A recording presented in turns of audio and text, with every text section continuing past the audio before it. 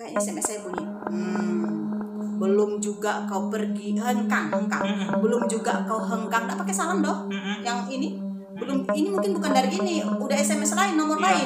Belum juga kau hengkang dari sekolah itu. Tunggu mayat kau yang digotong keluar dari situ. Katanya. Saya bilang, la ilaha illallah Pak, sama pimpinan teratas itu. Saya bilang, tengok nih SMS-nya Pak, saya nggak bohong sama sekali. Itu langsung nangis. Saya nggak bohong sama sekali Pak, semua kata-kata saya itu nggak bohong Pak. Lihatlah Pak, lihatlah Pak. Lalu Bapak itu pegang handphone saya.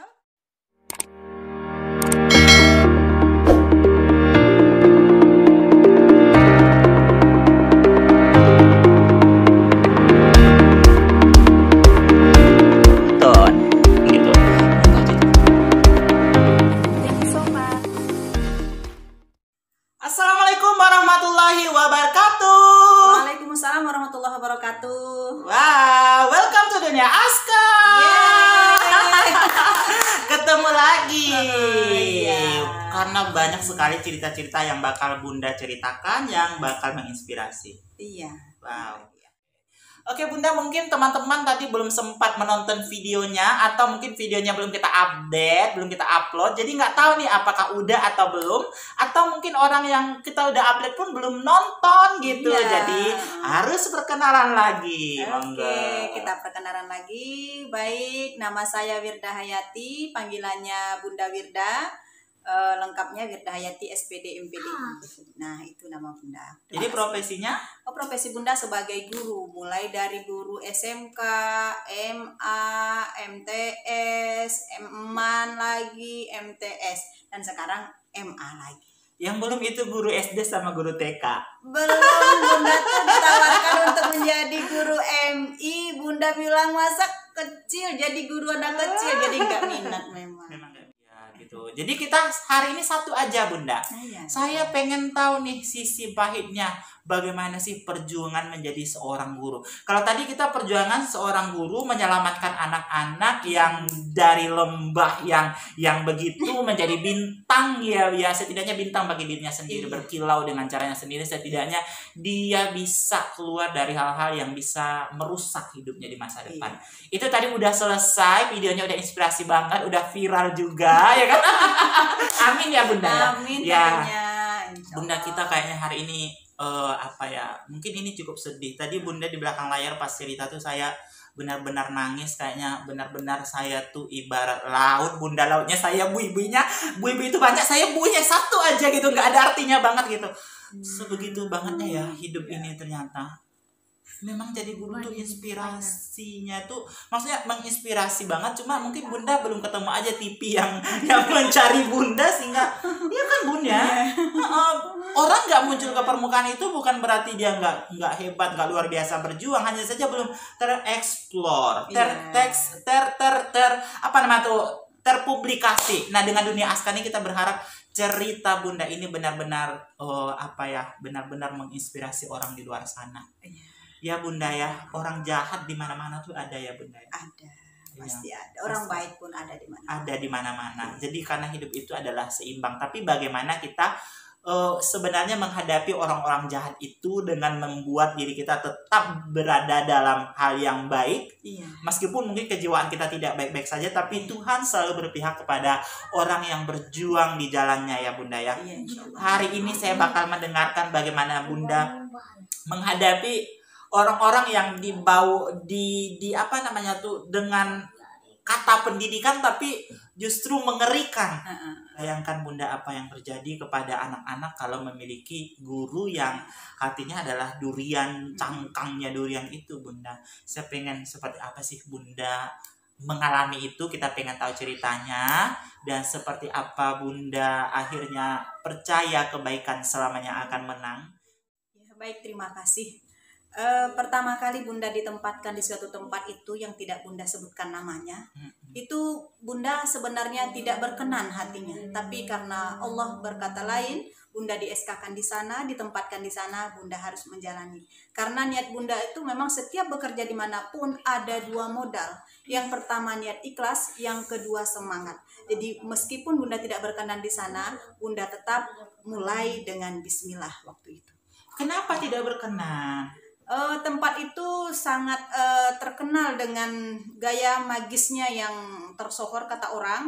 Jadi kita yang tidak punya apa-apa, yang tidak punya isi apa-apa, ngerasa takut ke sana. Apalagi ada seorang pengawas dan juga pengawas dari contoh yang beda lain. Kalau kita kan dari umpamanya akan ada dinas pendidikan, ada Kemenak begitu ya, ada yang berbeda begitu. Nah bilang, oh berani ke sana. Nah begitu. Jadi itu seakan-akan udah mau apa? Udah mungkin ada lebih ini, berani ke sana saya aja. Nah itu berani ibu ke sana, ibu perempuan loh katanya. Saya aja dikasih 5 hektar itu sawit, saya nggak akan berani ke sana. Dengan gayanya itu, ya Allah, ada lagi seorang mantan pensiunan. Dia sudah mantan pensiun, dia sudah jadi kepala sekolah. Dia bilang, ibu mau ke sana? Yakin ibu ke sana? Mendengar kata-kata itu, jadi saya ini, ada apa di sana? Wah, tapi bapak ketika itu sakit juga ibu bilang ya? Itu bapak sudah sakit, sudah melalui ujian yang sangat panjang, sampai waktu itu jantungnya bocor, kita bolak-balik berawat ke Bukit Tinggi. Nah segala ujian sudah dilewati, rasanya tibalah memang kita ditempatkan pada suatu tempat untuk menjadi pemimpin di situ. Berarti itu adalah hadiah, sesuatu hadiah sebenarnya. Tapi hadiah itu sesuatu yang menakutkan bagi kita. Ada ternyata hadiah yang menakutkan. Menyenangkan bagi seorang kan jabatan itu sesuatu yang ditunggu-tunggu, bahkan ada yang membayar, ada yang ini. Ya Allah, kita sampai kenapa takut? Memang sejujurnya saya ingin ya menjadi, tapi bukan di situ, tapi Allah berkata harus di situ. Oke Bunda, Dadi tadi sempat bilang, kamu kenapa di situ gini-gini? Apakah itu benar-benar seperti itu kejadiannya? Di sana itu memang ada yang seperti itu. Pertama Bunda jalani begitu saja, Bunda tidak peduli walaupun begitu, Bunda berserah diri pada Allah, Bunda kerjakan dengan serapi mungkin perasaan Bunda, dengan ya sebagai manusia sudah sebaik mungkin begitu ya. Bunda koordinir aman, dalam setahun tuh aman terkendali semuanya. Cuman ada yang merenggut, Bunda lihat, Bunda cuek saja, itu biasa dalam hati kan. Nah tiba pada saatnya Bunda itu dinobatkan sebagai kepala teladan. Tingkatnya waktu itu ya, tingkat umpamanya negeri begitu, Bunda dapat nilai kepala teladan. Semua orang heboh lagi, kenapa dia baru, masih muda belia, kenapa harus dia, apa hebatnya dia? Lah Bunda ini bukan minta dikasih penghargaan, tetapi Bunda bilang, ya Allah, saya tidak tahu kenapa saya diberikan ini. Nah bagi Bunda ya, walaupun itu hanya selembar sertifikat ya, sertifikat dan piala, itu sesuatu yang berarti bagi Bunda. Lalu setelah itulah terjadilah mulai perlawanan kecil-kecilan di sekolah. Kenapa? Karena semakin kita berprestasi, tentunya kita ingin lebih baik kan, datang lebih pagi, semuanya disiplin lebih bagus. Nah mereka ini menolak saya karena saya ini tidak etnis di sana, tidak orang di sana, dan cara bekerja saya itu berbeda dengan kepala yang lama. Karena kepala yang lama itu datang, pergi panen sawit, pergi mancing, pergi ngimas, nggak mempedulikan sekolah. Masa itu dulu boleh loh gitu. Sekarang nggak ada yang kayak gitu, kepala sekolah atau guru-guru nggak ada. Kalau dulu boleh lari, bukan boleh, nggak terdeteksi, bukan boleh. Nah jadi mereka saja sesuka hatinya mengelola sekolah itu dengan sesuka hatinya, yang wakil-wakil itu. Jadi saya datang ke sana dengan kepala baru, KTU baru, bendahara baru. Kami buat sedemikian rupa, kami atur keuangan tuh, kami berikan kepada yang berhak, yang kemudian untuk kegiatan-kegiatan mereka merasa terganggu. Sehingga suatu saat Bunda nggak tahu sebenarnya Bunda terjadi apa-apa nih, nggak tahu. Begitu baris tuh, kok kayaknya yang senior-senior itu kok nggak datang lagi, kok nggak datang pagi-pagi, bertanya kan apa ini.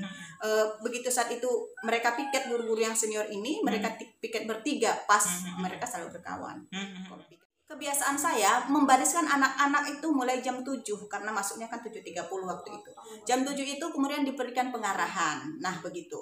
Nah karena mereka yang piket tidak ada, tidak mereka yang mengumpulkan, saya minta tolong kepada ketua OSIS-nya untuk mengkoordinir teman-temannya. Lalu saya berpidato lah, memberikan pengajaran-pengajaran yang baik. Lalu sampai di ruangan saya waktu itu, saya punya ruangan ya, namanya pimpinan waktu itu ya, ring SMS berbunyi. Apa ini? Kok ada SMS? Terus kebiasaan saya kalau saya masuk ruangan tuh saya kunci selalu karena ada sesuatu yang menakutkan kata orang tadi kan. Nah katanya jangan minum sembarangan, jangan ini. Dan kalau ditawarin ibu mau minum apa, saya bilang biar saya sendiri yang ngambil. Ditawarkan saya tidak akan minum. Bukan seuzon, bukan bukan berburuk sangka, tapi waspada kan begitu. Mana tahu nggak semua orang baik di sekeliling kita. Nah, saya punya aqua sendiri di dalam lemari saya. Nah, kalau mohon maaf supaya mereka tidak tersinggung, saya tumpahkan air itu. Saya buang air itu supaya mereka tidak tersinggung. Saya akan habis begitu. Takut, ini kan nggak tahu nih. Karena sudah begitu nih. Nah, jadi SMS itu berbunyi. Alhamdulillahirabbil alamin. Orang baik. Assalamualaikum dulu ya. Assalamualaikum warahmatullahi wabarakatuh. Alhamdulillahirabbil alamin. Kalau orang baik memang selalu dilindungi oleh Allah Subhanahu wa Ta'ala. Tadi malam 4 orang guru, si A, si B, si C, si D pergi ke dukun yang jahat di samping rumah saya. Katanya mau bikin ibu sakit dan dead. What? Saya langsung berkaca-kaca. Ya Allah, apa ini? Kok orang jahat sama saya? Saya bilang, ya Allah, apa salah saya? Saya tidak pernah menjahati orang, ya Allah. Nah, begitu hati saya itu. Lalu saya telepon suami, Bang, ini ada SMS nih, gini. Oh ya, abang pulang. Besok abang pulang. Kayak gitu. Mulai hari itu, itu mungkin perasaan kita kan cuma sekali. Sorenya SMS lagi. Ibu, saya harap ibu hati-hati, jaga diri baik-baik. Semoga ibu tidak kenapa-kenapa. Kenapa-kenapa loh. Tapi yang SMS ini nggak ada identitas, kita nggak tahu sama sekali nomor baru. Di telepon saya telepon nggak bisa, saya bilang kamu siapa, saya kan berusaha mau tahu, tak dibalas sama sekali. Yang di sekolah masih santai-santai aja, tidak ada apa-apa. Nah besok paginya kayak teror-teror begitu. Besok paginya ibu katanya ibu masih sehat saja, alhamdulillah katanya, alhamdulillah Allah masih seperti itu. Saya kayak diteror gini ketika ibu hati-hati, selalu berdoa. Saya selalu mohon maaf ya, saya bukan mau menunjukkan saya sholat enggak. Saya perbanyaklah yang sunat-sunat. Yang tadinya saya nggak biasa mengaji di ruangan saya, cuma di rumah saya kunci, saya mengaji, pokoknya hari-hari saya seperti itu. Nah jadi setelah itu, ada terus SMS. Tak berapa lama kemudian itu kata ibu, tadi malam 4 guru tersebut bilang mereka akan pergi ke rumah guru dukun yang di samping rumah saya itu, karena katanya ibu tidak kenapa-napa, keluarga ibu pun tidak tersentuh apapun. Maksudnya dia mau ganti dukun? Ya. Ganti dukun, jadi nggak di samping rumah lagi? Nggak lagi. Jadi ya Allah, saya bilang malam Jumat nanti katanya, itu udah 3 hari itu, mungkin nggak kena perasaan dia kan. Terus udah ke sana, udah bilang malam ini mereka ke sana, informasi lagi, lalu dia sebut nama seseorang. Iya, nama dukunnya. Nama itu, ya. Saya bingung ini siapa. Jadi karena saya punya anak sekolah di SD, ada wali kelasnya itu dekatlah dengan kita, ya karena anak kita di sana ya. Lalu saya bilang ibu, ada nggak yang namanya dukun ini, ibu tahu? Kenapa ibu mau ke sana? Saya mau berobat, itu suami saya kurang enak badan, kurang sehat. Ibu jangan ke sana, jangan, itu dukun yang jahat. Dalam hati saya, ya Allah, nama di SMS itu benar dan alamatnya ini, ya Allah, berarti ini dari siapa SMS?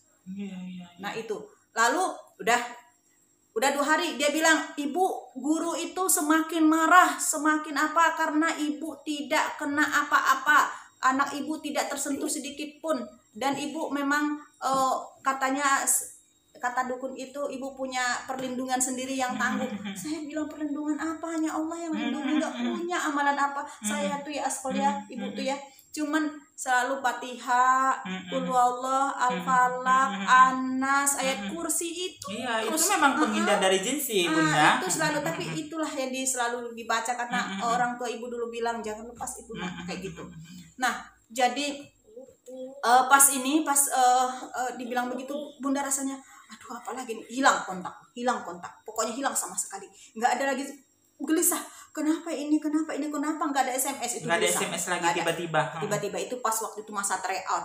Itu yang mengawas itu adalah guru-guru senior itu lagi di kelas itu, karena mereka itu harus ngajar kelas 3, harus piket sama ini segala macam. Lalu tak ada yang datang untuk mengawas. Lalu saya langsung pergi ke kelas itu, bawa map untuk mengawasi itu 3, yang langsung bilang bla bla. Ya, assalamualaikum warahmatullahi wabarakatuh. Tidak usah disiapkan Ananda, karena ibu harus cepat-cepat kalau kelas sebelah pengawas tidak ada. Nah, ibu yakin dan percaya kalian adalah anak-anak yang baik, anak-anak yang soleh dan soleha, kalian pasti berbuat dan bertingkah sesuai dengan aturan Allah Subhanahu Wa Taala. Jadi Ananda jangan nyontek. Nah, ini ada Allah yang menjaga, ada yang menjaga mereka. Nah, kalau ada sesuatu yang mengancam sekolah kita, baik diri pribadi ibu, diri kalian, hubungi ini 08 nomor dicatat. Sudah dicatat, sudah saya hapus. Ke sekolah, ke kelas ketiga juga begitu. Ada 3 kelas 3 waktu itu.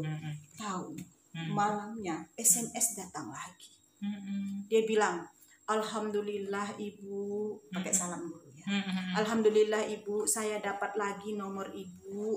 Nah, saya bisa lagi komunikasi dengan ibu. Kemarin handphone saya dihancurkan oleh ayah saya, sama kartu-kartunya dipatah-patahkan karena kenapa saya SMS sama ibu. Ya Allah, berarti ini benar. Siapa anak ini? Yang setahu saya ada seorang guru senior di situ, di rumahnya itu ada anak, ada keponakan, ada sepupu yang tinggal di rumahnya. Dalam hati saya, siapa mereka? Apakah mereka yang SMS sama saya? Kebetulan setelah saya cari informasi, keponakan dan sepupunya kelas 3 kedua-duanya. Jadi saya enggak tahu yang mana, cuman saya kenali mereka, tapi enggak apa-apa, saya tidak peduli orangnya. Dan berkali-kali saya minta izin sama pimpinan untuk pindah. Udah menemui pimpinan teratas, ibaratnya kalau kabit-kabitnya lah ya, KTU-nya segala macamnya namanya. Dan akhirnya ketiga kali saya ketemu begini, saya bilang sama pimpinan itu, mereka bertiga berkumpul dengan cucuran air mata saya, dengan pokoknya permohonan yang sangat saya bilang, Pak, saya mohon, boleh tidak boleh saya pergi dari situ. Saya memohon bersujud, saya andaikan boleh bersujud sama manusia, saya bersujud di kaki Bapak ketiga-tiganya. Saya izin dan tidak mau lagi di sana. Karena niat saya hanya ada 2. Yang pertama ikhlas, yang kedua semangat. Sekarang niat itu tak ada lagi yang ikhlas. Dan semangat itu sudah hilang dari diri saya. Saya tidak mau jadi boneka di situ. Saya izin pergi dari sini. Mereka tetap menahan saya, jangan pergi dari kabupaten ini. Jangan tinggalkan kabupaten ini. Nah, saya datang ke rumah kabit tadi tiba-tiba, kalau bilang kasih lah begitu. Dia tepuk kursi seperti kita duduk dekat nih bapaknya. Saya taruh tangan di sini, dia taruh tangan di kursi itu, kan ada kursinya itu ya. Nah, jadi ibaratnya dia menepuk tangan saya, kalau batin saya itu seakan-akan menepuk tangan saya itu ngomongnya tuh. Nah,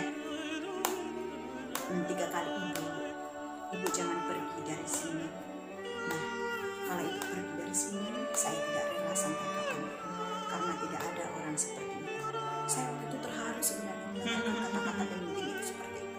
Saya bawa gurau, saya bilang, ya nggak ada orang seperti saya, degilnya, nakalnya nggak ada, saya itu nakal, degil pelawan, saya bilang. Terus dia tersenyum.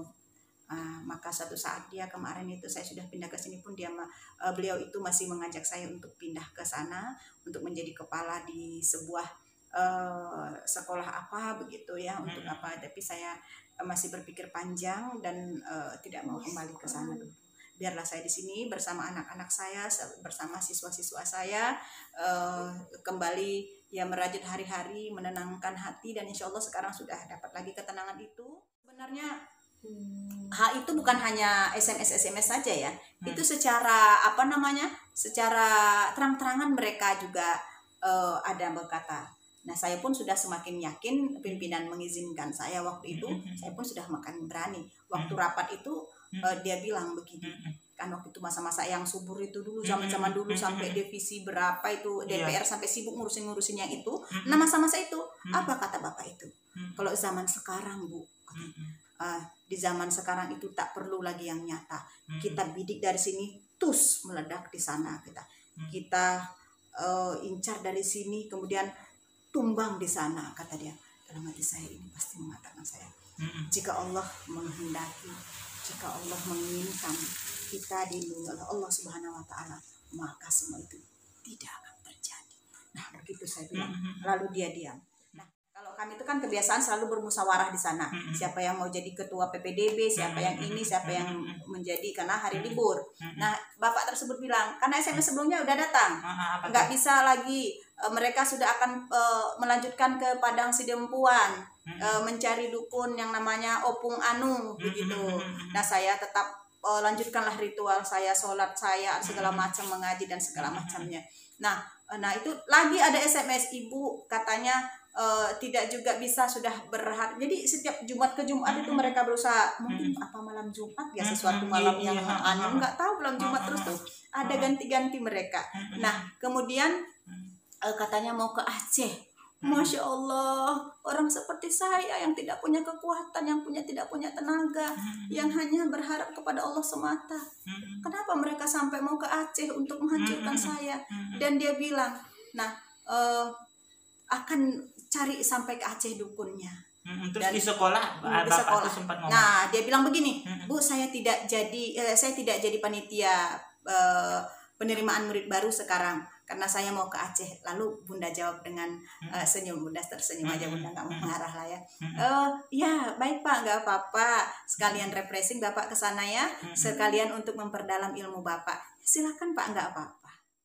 Berarti terbuktikan SMS tadi dengan kata-kata Bapak tadi, dan orang-orang yang disebut anak tadi itu namanya adalah Bapak itu, Bapak itu, Ibu itu, dan Ibu itu.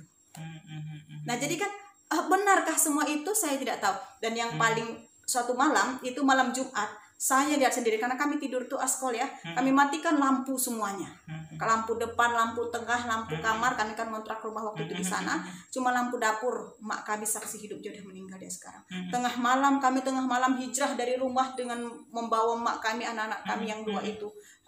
Maghrib hijrah, katanya jangan di situ karena ada saat-saat tertentu kalau di sana tuh ada sesuatu yang mungkin nggak boleh kita kan. Karena apa, dari mimpi kami mengatakan jangan di sini, nanti waktu itu bulan puasa juga sahur, kami tidak sahur di rumah, bawa makanan sahur di mobil. Coba sedih rasanya. Tapi itu dari mimpi, tertidur, saya tertidur kan, dia bilang jangan di sini, ayo cepat segera. Entah kenapa saya kok mimpi begitu ya. Saya bilang sama suami langsung angkat. Mertua yang satu, suami ayah ibu saya tuh masuk ke mobil kami, di jalanan, di pinggir jalan itu sahur loh. Sedih. Yang paling menyedihkan ibu waktu itu sebelum puasa itu juga, kami harus makan siang di suatu tempat di sawit. Karena itu juga malamnya suami saya mimpi, katanya bahwa siang kami tak boleh di rumah. Tak tahu kok dimimpikan, nggak tahu kenapa. Kita juga nggak minta dimimpikan, cuman kami yang kami lakukan sholat malam, ngaji, istighfar, saking takutnya itu. Nah jadi malam Jumat itu saya langsung mendengarkan, kan saya tidur. Kalau suami saya nggak tidur selama 8 bulan, suami saya mendampingi saya, tidak kerja apapun karena mendampingi itu. Lalu bunyi ini, rem mendadak. Hah, apa? Kita buka, cepat dibuka, kan nggak ada lampu kan, jadi kenapa? Hah, ada orang turun pakai motor yang gede itu, yang kayak wrecking gitu. Apa sih, LGL Pro, Bunda nggak tahu tuh. Nah besar. Nah jadi mungkin mau kelihatan rumah, kepencet. Jadi kami tetap tengok sama suami. Nah ada tuh dia datang, ini tentang pintu begini nih. Nah tangan kirinya pegang sesuatu, Bunda nggak tahu apa yang dipegang.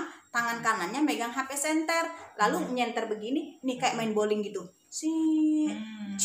Lemparkan kayak gitu. Astagfirullahaladzim, apa yang dilemparkan tentang pintu? Serius sungguh. Bajunya warna kuning, celananya warna jeans, umurnya kira-kira kalau diperkirakan SMA anak itu. Nah badannya nggak begitu besar, kulitnya agak kuning karena lampu itu terang di depan itu. Kalau bikin lampu teras itu bos apa yang terang supaya nampak. Dan yang paling mengerikan askol itu, mobil ibu itu waktu itu kijang. Waktu maghrib mati lampu sampai isya, ibu kok melihat bayangan lewat gitu ya. Ini yang nyata, tadi. Nah ini lihat, ada bayangan. Nah oh ya, singkat cerita yang tadi suami itu kan nggak tahan lihat itu, dia mau lari buka pintu, ibu tarik dia sampai ibu kayak main apa itu, main perosotan waktu kecil-kecil anak tuh. Ibu tarik tangan suami itu, dia mau mengejar orang yang mau melemparkan itu. Saya tahan tuh sampai ke pintu, bapak buka pintu langsung, kurang ajar. Suami marah lah, dia kurang ajar, bunuh anak nih katanya. Lalu ibu pun akhirnya, anak pun pergi. Nah alhamdulillah selamat. Akhirnya nggak ada apa. Pagi-pagi lah kami lakukan baca Fatihah, Qul huwallah, An-Nas, segala macam kami siram lah tentang itu. Kami nggak tahu itu, pokoknya kami buat aja seperti itu. Betul atau enggaknya ya kan gitu ya. Nah, nggak ada minta tolong sama orang, nggak ada bilang-bilang sama orang. Nah, jadi yang Bunda bilang di mobil ini, nah ini mobil di depan itu ada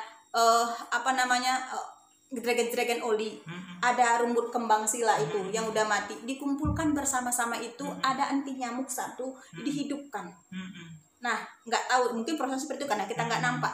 Tahu-taunya Bunda feeling, Bunda pokoknya aku ingin keluar. Itu mati lampu kan, Bapak bilang jangan keluar kalau nanti mati dibunuh. Nah, sampai kau dia sama Bunda loh dia jarang pakai kau tuh. Nah, nanti kau mati dibunuh, mau mati kau dibunuh orang. Ya Allah Bang, ini feelingnya nggak enak kali, tadi ada orang lewat di situ.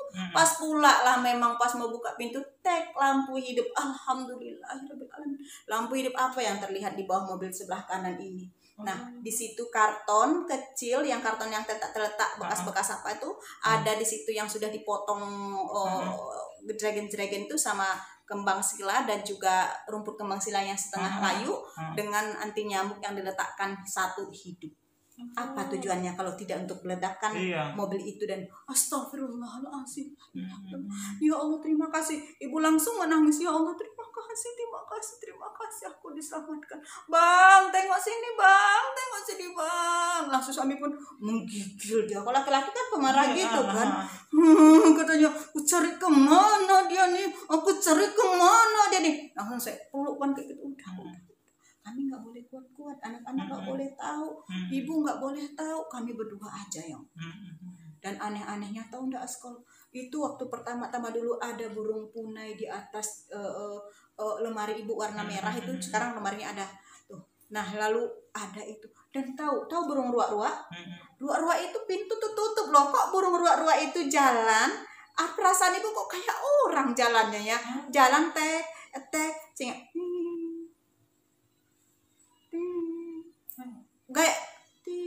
perasaan ibu, dia nengok bang, itu kata bapak.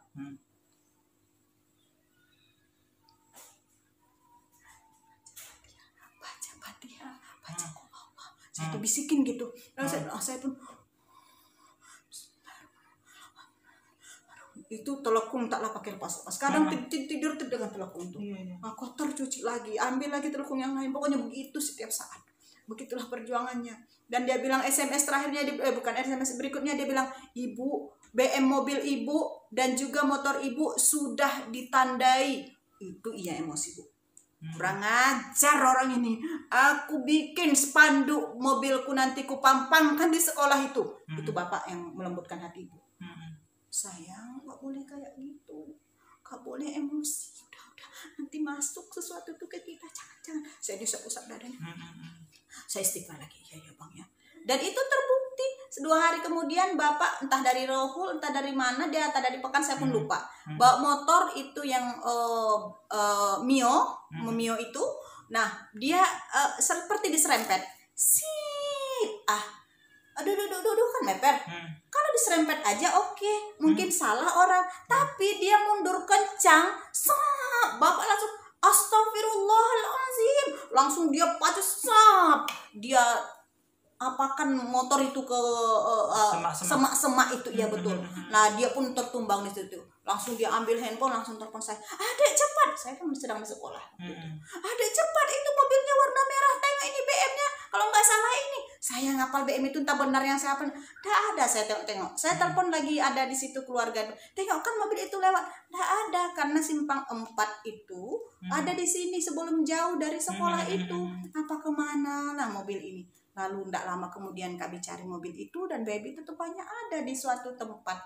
Tapi kami tidak perpanjang karena tidak ada bukti fisik, ya kan. Nah, waktu saya minta pindah-pindah begitu, akhirnya saya ibaratnya kalau ada kan ke pusat gitu ya. Berarti kalau ibaratnya kalau di sana dinas pendidikannya, dinas provinsi, dinas provinsinya begitulah. Saya ke situ umpamanya, ke situ lagi saya bilang saya hanya butuh 2 menit waktu bicara dengan bapak. Ya, saya cuma 2 menit, saya mau rapat katanya. Lalu ibu bilanglah dengan singkat, dengan perkenalan. Pakai stopwatch pula. Iya, saya bikin stopwatch. Sampai takut gini sama pejabat kan, dia mau rapat. Saya, maaf Pak, saya besok WhatsApp. Ya Pak, saya Wirda Hayati gini, saya begini.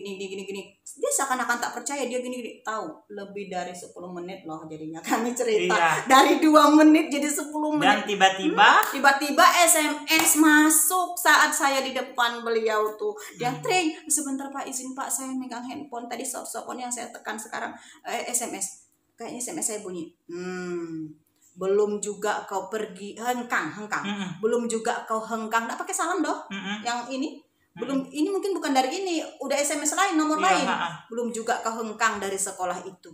Tunggu mayat kau yang digotong keluar dari situ, katanya. Saya bilang, la ilaha illallah Pak, sama pimpinan teratas itu. Saya bilang, Pak, tengok nih SMS-nya Pak, saya tidak bohong sama sekali. Dengan itu langsung menangis. Saya tidak bohong sama sekali Pak, semua kata-kata saya itu tidak bohong loh Pak, lihatlah Pak. Lalu Bapak itu pegang handphone saya, itu dia lihat. Oh, astagfirullahaladzim. Nah, mulai sekarang Ibu hanya boleh 2 hari ke sekolah itu. Selebihnya Ibu di sini, di kota ini saja. Ibu tidak usah ke sana, saya yang tanggung. Lalu saya telepon langsung keluar dari ruangan tuh sama pimpinan yang di daerah. Pak, saya dibelikan cuma 2 hari. Itu tidak boleh, secara dinas tidak boleh. Pokoknya saya mengikuti atasan itu, terserahlah Bapak.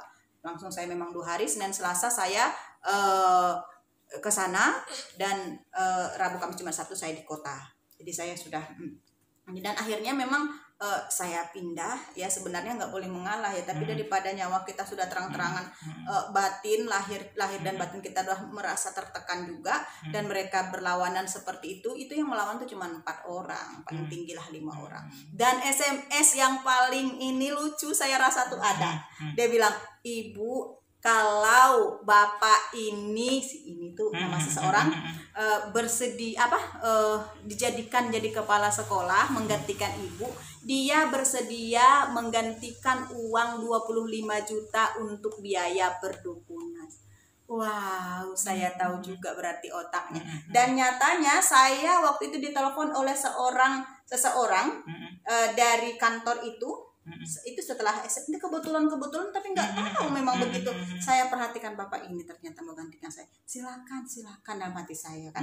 Lalu saya ditelepon oleh seseorang, Ibu apa kabar di sana? Oh, baik. Saya tak pernah bilang apa-apa ke orang, kecuali dari ke atas yang ke atasan tuh, sampai ke dinas pendidikan pun, yang lain-lain, yang mitra-mitra kerja, kepala-kepala, tak ada saya curhat, tak ada. Dia bilang, Ibu baik-baik sana? Ya.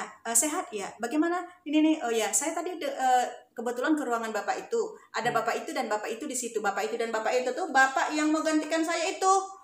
Saya dengar dia mau gantikan Ibu. Dalam hati saya, Mas, berarti bukan bohong. Sementara Bapak itu tadi yang nelpon saya itu tidak tahu menau tentang cerita saya.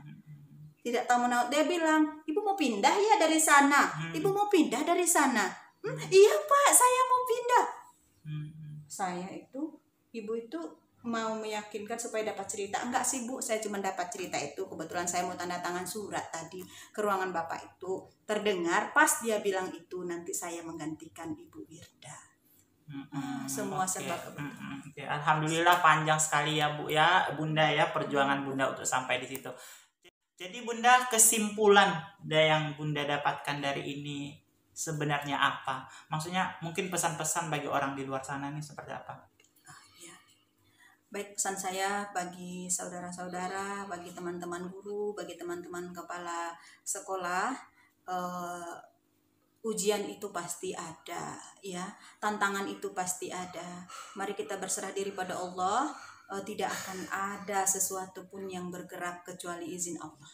Kita yakin dan percaya Allah lah yang menguasai diri kita, yang menguasai hidup kita. Dan kalau kita tidak bisa dan kuat di sana, ya sudah, berikan saja jabatan itu pada orang lain. Karena jabatan itu hanyalah ujian semata. Oke, alhamdulillah luar biasa banget. Ada pangeran di belakang sana Bunda yang dari tadi tuh udah nggak sabar lihat bundanya, terlalu iya. Ada orang tampan ternyata kerasa kusuk dari tadi. Udah lewat sana, selewat sini dia. Oke Bunda, terima kasih banyak udah hadir di sini. Itu benar-benar mungkin menjadi apa ya, pelajaran yang sangat berharga bagi Bunda, dan juga saya sebagai pendidik mungkin akan menjadikan cerita ini sebagai wanti-wanti lah. Ini sangat bermanfaat juga bagi guru-guru di luar sana. Ya Bunda ya, sehat selalu ya Bunda ya, semangat ya, jangan lupa pangerannya ya Bunda ya. Oh, yang tampan itu mobil baju baru. Iya, untuk karir raya. Terima kasih Bunda telah hadir di sini. Saatnya kita mengucapkan salam. Iya. Assalamualaikum warahmatullahi wabarakatuh. Bye bye.